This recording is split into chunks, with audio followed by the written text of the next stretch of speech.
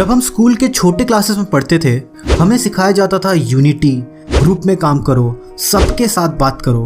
But I don't understand बड़े होते होते ये सारे वैल्यूज कहाँ चले जाते हैं। इट वॉज ऑल फाइन, हम खुश थे अपने लाइफ से, पर कुछ ही सालों में ये खुशी हमसे छीन ली जाती है। यूनिटी सब भाड़ में गया और हमको डिवाइड कर देते हैं 3 कैटेगरीज में, as they call it streams, science, commerce and arts. ऐसा लगता है मानो कोई कास्ट सिस्टम है। अरे मैंने लिटरली अपने टीचर्स को कहते हुए सुना है, यार तुम साइंस स्टूडेंट हो ना, कॉमर्स स्टूडेंट्स के साथ घुला मिला मत करो।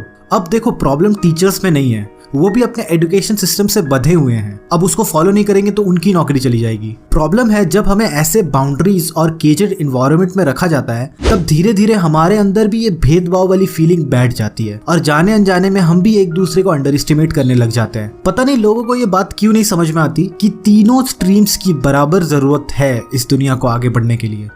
हर स्कूल के तरह क्लास 8 के बाद मेरा भी स्ट्रीम अलग हो गया और जैसा कि 90% लड़कों के साथ होता है मेरे साथ भी वही हुआ, peer pressure. I think science लेने की शुरुआत ऐसे ही होती है, यार सभी साइंस ले रहे हैं, अगर मैं इनको फॉलो नहीं करूंगा तो मैं ही अकेला पड़ जाऊंगा। एंड इसी पीयर प्रेशर के चक्कर में मैंने साइंस ले लिया और क्लास 8 के फिजिक्स बुक के फर्स्ट चैप्टर के फर्स्ट क्वेश्चन को देख के ही मेरे दिमाग ने मेरे दिल से कहा, बेटा तुमसे ना हो पाएगा, हमें तुम्हारे लक्षण बिल्कुल ठीक नहीं लग रहा है, तुमसे ना हो पाएगा।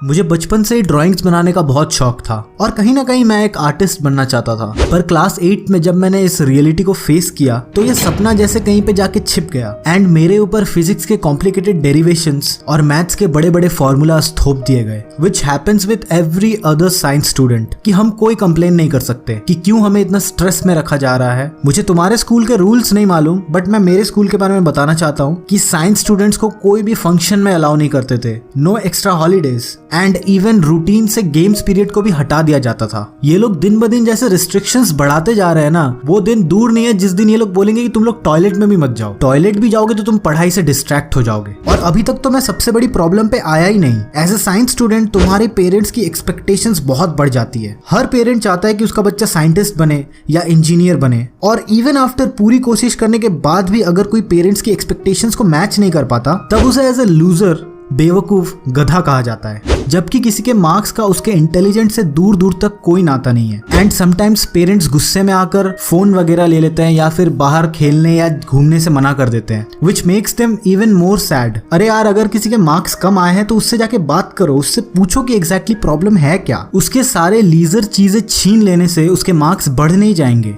तो किसी भी तरह रगड़ रगड़ के I manage to score 90% in my 10th board, which backfired me, क्योंकि मुझे अब आगे साइंस नहीं लेना था। But all the teachers were like, अगर इतने अच्छे मार्क्स आए हैं तो साइंस कंटिन्यू क्यों नहीं करेगा। एंड उन लोगों ने मेरा साइंस का फॉर्म भर दिया फिर से। और तब मैं इतना मैच्योर्ड भी नहीं था कि अपनी आवाज उठा सकूं। एंड इवन मेरे पेरेंट्स वर वेरी न्यूट्रल, उन्होंने कभी मुझे फोर्स नहीं किया कि तू साइंस ही लेगा। तो अगर उस वक्त मैंने थोड़ी सी कोशिश की होती तो मैं फिर से साइंस के ट्रैप में नहीं फंसता। अब 11th साइंस जो लोग पास कर चुके हैं उन्हें अच्छे से पता है कि कितना टफ होता है। मुझे छोड़ो, क्लास के आधे बच्चों को समझ में नहीं आ रहा होता कि ये टीचर साला क्या पढ़ा रहा है। एंड एट लास्ट मजबूरी में सब कुछ रट्टा मारना पड़ता है क्योंकि टीचर्स ने तो कभी ठीक से कुछ समझाया नहीं। एंड मैं तुम लोग को एक्सप्लेन नहीं कर सकता कि मैं कभी कभी कितना फ्रस्ट्रेट हो जाता था। ऑल दो स्लीपलेस नाइट्स जहां मुझे पता था कि मैं कल के टेस्ट में फेल होने वाला हूँ। समहाउ मैंने 11th पास की एंड 12th में जाके मैंने रियलाइज किया कि वो क्लास 8th वाला सपना अभी भी कहीं ना कहीं मेरे अंदर जिंदा है। And I started learning animation. तुम में से बहुत लोग मुझे पूछते हो कि मैंने एनिमेशन कहाँ से सीखी। यार मैंने खुद से YouTube वीडियोस देख देख के सीखी है। एंड तुम्हें अगर सीखना है इट विल टेक टाइम। ऐसा कोई सीक्रेट, शॉर्टकट या मैजिकल ऐप या सॉफ्टवेयर नहीं है जिससे तुम एक दिन में सीख जाओगे। एंड 12th क्लास में पढ़ते पढ़ते ही मैंने अपनी सबसे पहली